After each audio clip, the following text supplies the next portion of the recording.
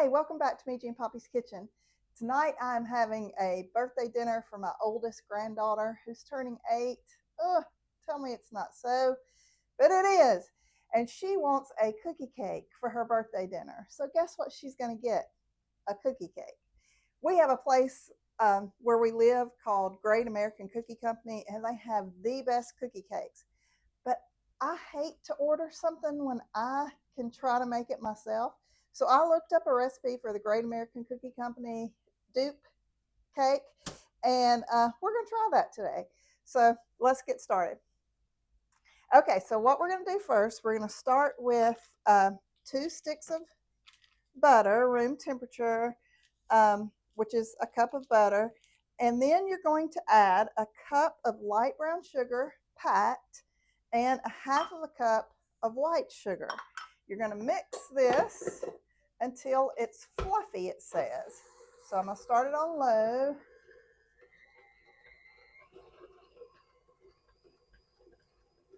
Turn it up a little bit. It's like, okay.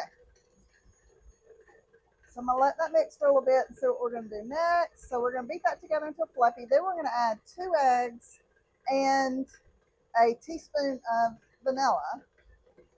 And that is looking good and mixed and fluffy. So I'm going to go ahead and add my eggs and vanilla. So 2 large eggs.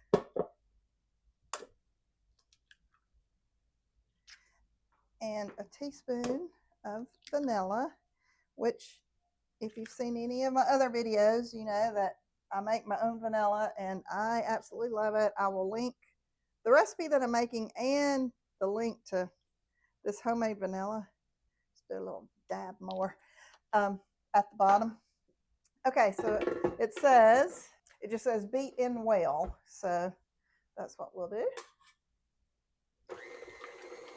Okay, I can see that it's starting to collect up around the sides, so I scrape down the sides, and I'm going to beat it for just another second, just to let that part get good and incorporated. And then we're going to add the dry ingredients, which are 2 cups plus 2 tablespoons all-purpose flour. I'm not going to add that all at one time because I do not want a flour cloud in my kitchen, but I'll add that a little at a time. Oh, but let me add other stuff to it. Okay, a teaspoon of baking soda, and then a half of a teaspoon of salt. Okay, I'm gonna mix that up, and then I'm just gonna add a little at a time, like I said, so it doesn't just poof into our face as we do this. Not that that has not happened before, because it has. Sometimes you learn the best lessons the hard way. Okay, add a little bit more. Probably about half of it. Half of what I had left. And I got a flour cloud. You'd think I'd learn. I cook all the time. Okay, now I'm not going to add the next half. I'm going to add the next fourth. That worked. So maybe like a fourth of the mixture at a time. And again, before I just finish, I see it starting to gather up around the sides like a middle school dance. And, well, I don't know about these days. These days, they may not gather around the sides. I'm not sure. They did when I was in middle school. Okay, I can tell that this dough is a really good texture. It looks really good. It looks a little different than your regular chocolate chip cookie dough. I don't know why. It just looks kind of lighter and fluffier. Okay, now we are going to add, or we are supposed to add, 3 cups of semi-sweet chocolate chips. I got an 11.5 ounce bag, just the regular bag of chocolate chips, and I got milk chocolate just because that's my preference. And that was only 2 cups. I'm not putting in more than a bag of chocolate chips. Even this is a lot to me, but anyway, so I'm breaking a rule. If you want a ton of chocolate chips in your cookie cake, you go ahead and add the 3 cups. Miji is going to deviate, make her own rules like she likes to do sometimes, and add 2 cups. Okay, so now here's where she says get a 14 inch round baking sheet with the lid, or with the lip around it. I prefer, it's got flour on it now, a little baking stone. I just love the way cookies bake on a baking stone. So I am going to put parchment paper on it, and she suggests that for the baking sheet too, because when it's done and it cools, I can just lift it up and put it on. I'm going to put it on a little cake board for her. So, so I'm going to do parchment paper. Okay, so we have to dump this out, and we're going to spread it out and leave an inch around the edge that has no cookie on it, because it's going to spread just like a regular cookie would. Let's get all that goodness out of it. Oh, gosh, that smells good. It really does look like a good cookie recipe. And I don't know what the difference is. I don't make a ton of chocolate chip cookies. It's not my favorite. So, okay. I'm going to wash my hands, and then I'm going to spray some cooking spray on it, because this is way too sticky. Hold on. Okay. This is what I do when I need to kind of spray my hands down. It helps so much. Okay, so I'm going to just press down. Make sure you get the middle and you press out until there's about an inch of empty space all around. Now, Holland, my granddaughter, whose birthday dinner it is, she actually got a Great American Cookie Company cake for her birthday party with her friends. And like I said, I'm not the biggest cookie cake person, but it was really thin. I just was expecting it to be thicker. It was really thin, and this is pretty thin. I mean, not real thin, but it's thinner than what I just imagine a cookie cake to be. But I don't even know. This may be bigger than 14 inches. Okay, so what I'm going to do now to make it kind of pretty is I'm going to take the back of my hand and kind of make sure it's evened out on the edges. So it's kind of has a more even edge.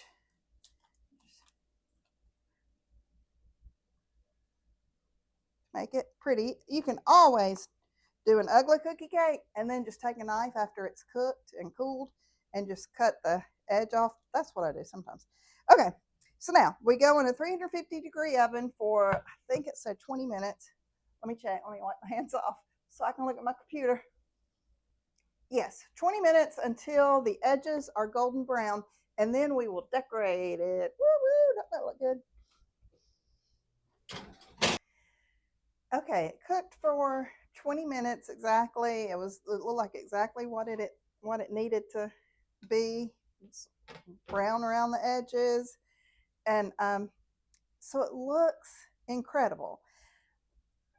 I forgot, when she said to put a little extra room around the edges because it's going to spread, and I told you to use a pan with a lip, and mine doesn't.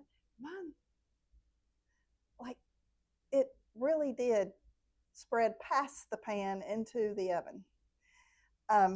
So If you use a baking stone, leave more than an inch around the edge. Take it from me. Okay, so as you can see, mine's spread, it's ugly. I'm going to cut around the edge and just try to make it pretty. Now I'm going to ice it. So, like, if it's not perfectly circular, those of you with perfectionist tendencies, don't watch me. I like to do things right, but if it's going to take like 3 days to make sure you cut a perfect circle, then I'm going to cut an imperfect circle and cover it up with icing. Okay, and I'm glad that we did it this way, because look how much cookie I'm going to get to taste for you, just all around the edge. Okay, so I'm going to go ahead and take a bite, because this looks really good.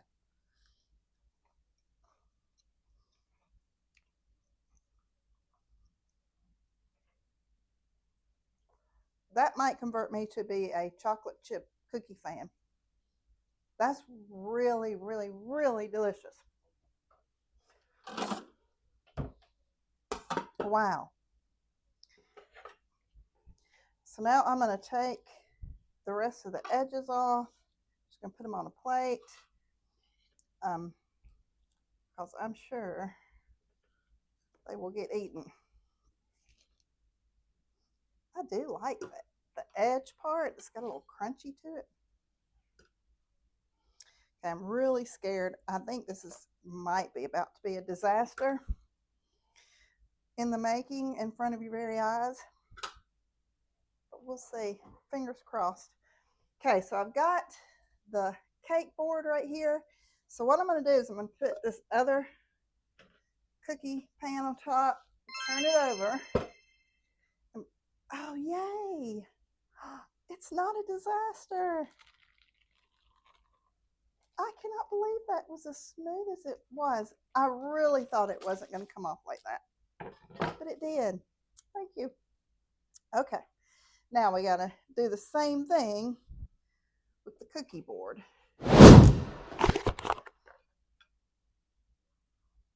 Perfect. Look at that. Okay. Now that, I got to clean up the edges. Oh, got a little chocolate. That's perfect. And that's thin, like I told you that American Cookie Company cake was. This is how the same thickness that theirs was, which may be part of the appeal. I don't know, but it is delicious. I can go ahead and tell you. Yum, yum. Holland's going to be excited. Okay, now I have this excellent icing recipe, but I'm cooking for 13 people here just a little bit. And so I don't have time to make my homemade icing. So you know what I got? I got Dolly Parton's icing. I got the creamy vanilla Dolly Parton. Now, I've never even read any reviews about this. I don't know if it's supposed to be really good or not. But if it's got Dolly on it, surely it's going to be good. Okay, so anytime I get an icing, which is rare because I really do like to make my own icing, but if I buy an icing, what I do is I take a knife and I stir it up real good. Knife, because it is thick and you need something real sturdy.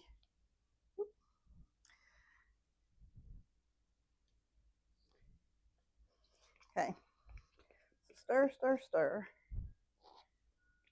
Then I'm going to add food coloring to these. Get another knife because I'm going to add different color in this one.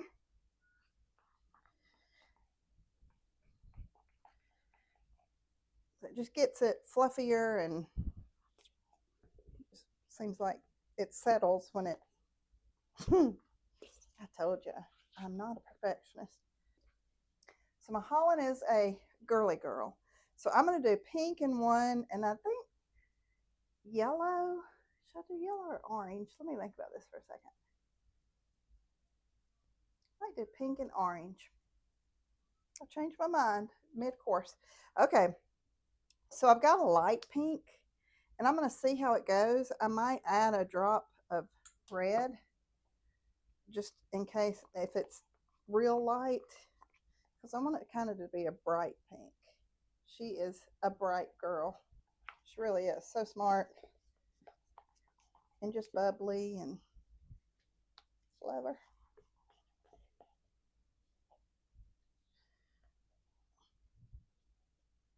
May not have been the best idea to leave it in the can, but I thought that would just be the easiest, quickest cleanup. Yeah, I think I'm going to add a drop of red because see that it's pink, but I want it like bright pink.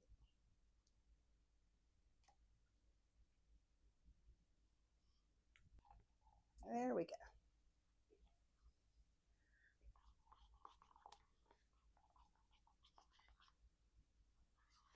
And then icing, it as it dries, it kind of like paint gets a little darker. Or paint. Does paint get a little lighter or darker? Anyway, changes colors as it dries. A little, just a shade or two, not anything major. Okay, and then what did I decide? Orange? Yeah. I'm just going to put a drop or two of orange. I may even add a little yellow to it just to kind of brighten it up.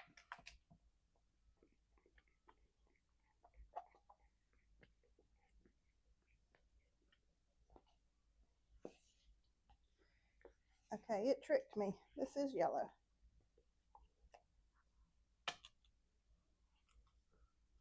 I put this bright yellow in there.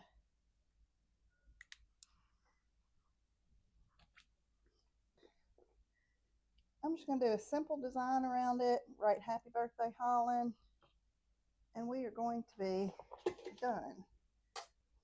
So I think I've got a 2D, Wilton 2D tip in here. It's just one of the main tips. And I'm going to start with the pink.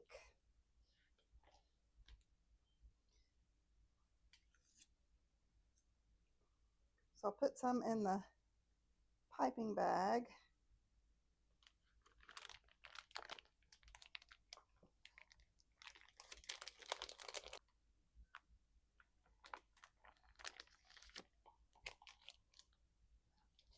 Okay, this, it's like a little star tip, and it's just, you just squeeze it straight out and it makes a little star for you. And I'm going to leave room for yellow. I'm going to do the same thing with the yellow. Twist it a little bit, kind of make it a fancy star because I've got a fancy girl. Keep going all the way around the edge, and like I said, you can kind of cover up the very edge as you're doing this, and then it'll just look very professional.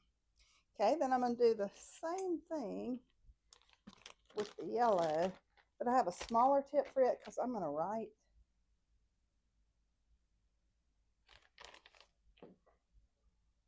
Happy Birthday Halls with this tip, and then do a finer one on top of that.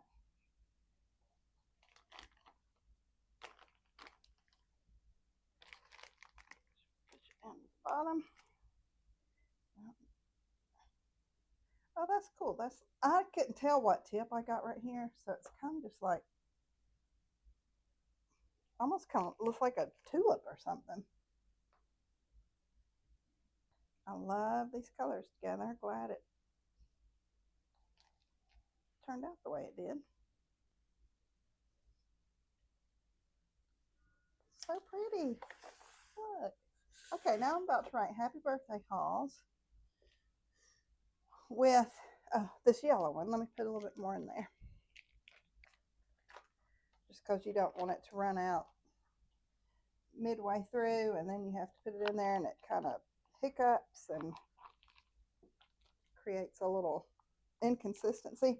All right, so I'm just I mean, if you don't have great handwriting, they're just going to appreciate that you tried. Just write with this like you're writing, with different type of writing instrument, but just write like you would,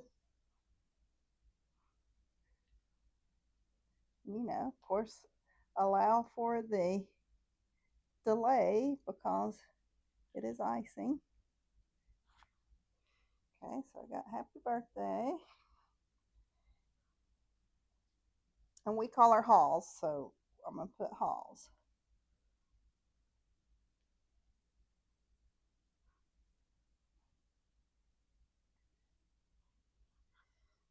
That's cute. Okay, now I have just a little fine tip, just circle tip. I'm just going to kind of write on top of that with the pink.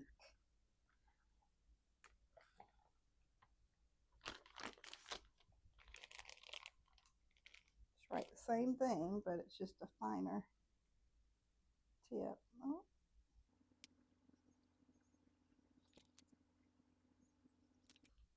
Looks 3D.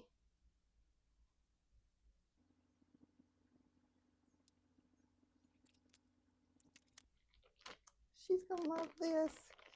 So excited. Okay. I love this. I'll do a few little flowers because the grandkids do love the icing part.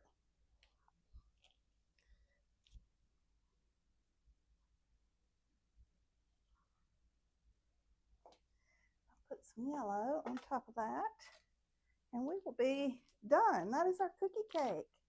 That's how easy that is. And you've homemade something that hopefully, even if they don't specifically remember this cake, like I doubt she's going to remember this cake when she's older, but she's going to remember that I took the time to make her cakes.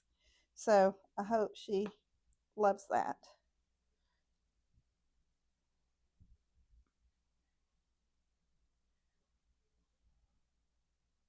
So, so cute.